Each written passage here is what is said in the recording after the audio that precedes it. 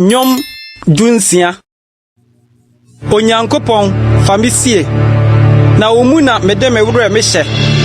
Mesi awurade se mawurade ne wo. Menni papa biara nka wo ho. Na akronkronfo a wo asase so no. Wone animonyamfo a wo so mani kura. Wona wodi anyame afoforo akire no. Wo ma won yi adoso. Meremhwie wo moja nhwie samingu. Na meremfa ma no memmɔ won din. Awurade ne magyapade ne mekruwa mu chefa. Wona wo ma mentontode mu tre. Isusu homa akofa de eye amame. Ane apejade no ya mefe.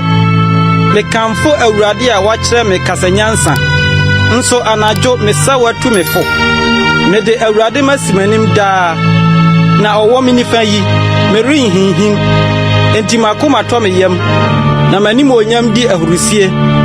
Nso me honam betena hokom.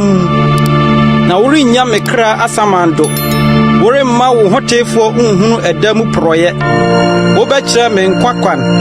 Anika emenye wo wanim. Anigedie wo wo nifa hoda.